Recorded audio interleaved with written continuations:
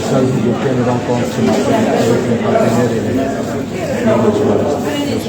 Bien, je pense que nous sommes dans une sorte de tradition en Guinée maintenant, puisque le mois de l'enfant est un acquis institutionnel, comme vous le savez. Ce 1er juin débute donc le mois de l'enfant, l'édition 2023. Et nous avons voulu marquer le coup avec un panel au cours duquel des enfants du Parlement, des enfants d'autres associations d'enfants, plus maintenant ce que nous appelons les obligataires de droit, ceux qui ont l'obligation de réaliser les droits de l'enfant, et la presse, pour que l'État puisse donner des orientations par rapport à ce qui est fait, mais ce qui est attendu en termes de défis et les perspectives qui vont s'offrir aux enfants les jours à venir.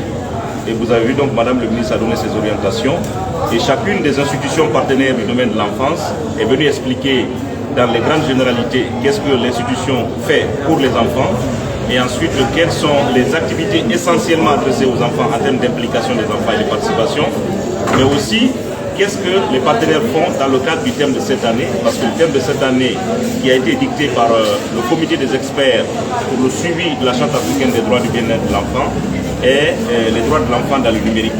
Donc nous sommes en train de suivre actuellement les différentes présentations des institutions et ensuite suivrons les débats. Donc c'est un panel auquel les enfants vont se livrer à des discussions, à des échanges, et aussi ils vont poser des questions, mais ils vont surtout aussi poser des problèmes qu'ils rencontrent dans le quotidien, parce que nous voulons que ce mois de l'enfant soit plus participatif pour qu'on puisse donner plus de temps d'expression des enfants. Justement, on sait que le mois de l'enfant, c'est le mois. Est-ce qu'il y a des activités qui sont faites?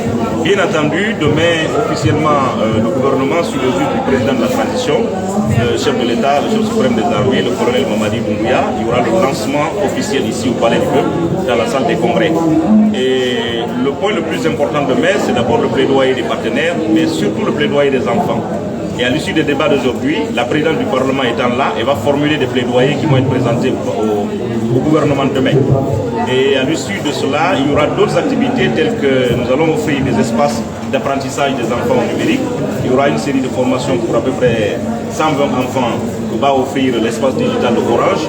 Il y aura aussi le lancement d'un programme que nous sommes en train de mettre en place par rapport aux données concernant les enfants. Nous avons procédé à une sorte de digitalisation. Ce processus va être lancé.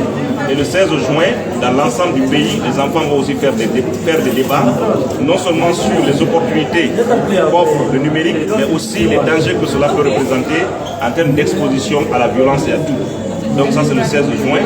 Et ensuite nous aurons une activité qui va concerner un peu la sensibilisation sur les questions liées à l'exposition des enfants albinos, mais aussi d'autres enfants qui sont exploités par la mendicité. Donc il y a d'autres actions qui vont être menées dans ce sens. Et le coût, la fin du mois de l'enfant va être ponctuée par des dons divers. Vous avez vu que nous avons fait de la médiation avec le ministère de la Justice pour libérer certains enfants qui s'étaient privés de liberté. Nous avons aussi récupéré, remis à leur famille beaucoup d'enfants qui étaient en situation de mendicité. Il y a d'autres enfants qui viennent aussi, soit en situation de mobilité ou de migration, qui sont revenus d'autres pays. Vous avez vu récemment les vagues d'enfants qui rentrent et qui sont accompagnés dans leur famille. Il y a aussi d'autres catégories d'enfants qui sont victimes de violences. Donc on en a aujourd'hui à peu près près de 2200 enfants qui sont identifiés et qui vont bénéficier des services directs en termes de kits, d'abord d'ordre hygiénique, des kits sanitaires, mais aussi préparer la rentrée scolaire pour que ceux qui sont sortis de la mendicité puissent aller à l'école. Et ceux dont la situation ne permet pas d'aller à l'école, on va voir comment les insérer dans les métiers. Donc voilà un peu comment le mois de l'enfant va être construit. Parlant des impacts négatifs de l'Internet sur les enfants, est-ce qu'on peut avoir les chiffres par exemple? Parlant de l'impact négatif du numérique sur les enfants, est-ce qu'on peut avoir les chiffres de la direction? Non, alors là aujourd'hui on n'a pas de chiffre direct sur l'impact négatif sur le numérique, mais on se dit aujourd'hui qu'en Afrique la pénétration de l'Internet par exemple est très faible, c'est un tiers. Et dans les un tiers, les enfants sont y compris. Mais ce qui nous attire aujourd'hui, c'est à la fois, il faut créer des opportunités pour que l'Internet et le numérique soient une opportunité, notamment dans le cadre de l'éducation. Et je pense que les initiatives vont en cours dans ce domaine en Guinée.